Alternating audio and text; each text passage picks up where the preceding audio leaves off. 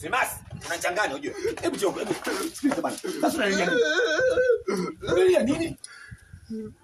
Sasa wewe bro, umetoa nyumbani bibi ukasema kwamba tunaenda kwa msiba tunakuta chakula. Sasa vipi nimefika kwa unajua kabisa kwamba bibi nimeacha nyumbani familia, unaona ufuko kwa ajili ya chakula. Sasa msiba gani? Unakuja afu uli. Sasa kila msiba lazima ule. Mwenyekiti katangaza pale chakula kwenye msiba wa leo. Hakuna, tumeshamaliza kupika tuondoke. Bwana sikio usilie bwana watu watakuja kusikia. Gani? Sasa bibi unajua kabisa bibi kichao wali bibi jamani. Sasa wewe unanitoa bibi kwa heshima kabisa nyumbani. Unajua kabisa bibi kuna familia nyumbani. Bibi sio nimekuja tu pale kwa ajili ya msiba. Bibi nimekuja kwa ajili ya wali bwana bwana wewe. Sasa wewe ndio siku nyingine bwana subiri bwana hebu ngoja. Siku nyingine nitakuwa sikuchukui kupeleka kwenye misiba. Yaani kwa mwanangu tunakuja msibani unabeba na mfuko kabisa kubebea watoto wako.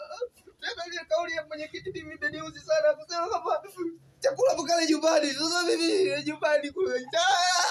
Ngoja sasa subiri basi ngoja sasa subiri kwanza. Sasa ndugu yangu na wewe unabeba mfuko kuja nao msibani kubebea familia.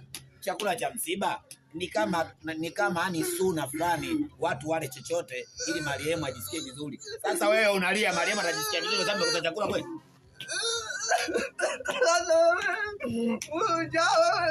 Utaninunulia chakula.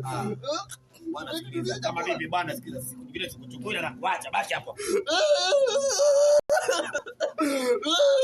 Wewe ndio chizi bwana.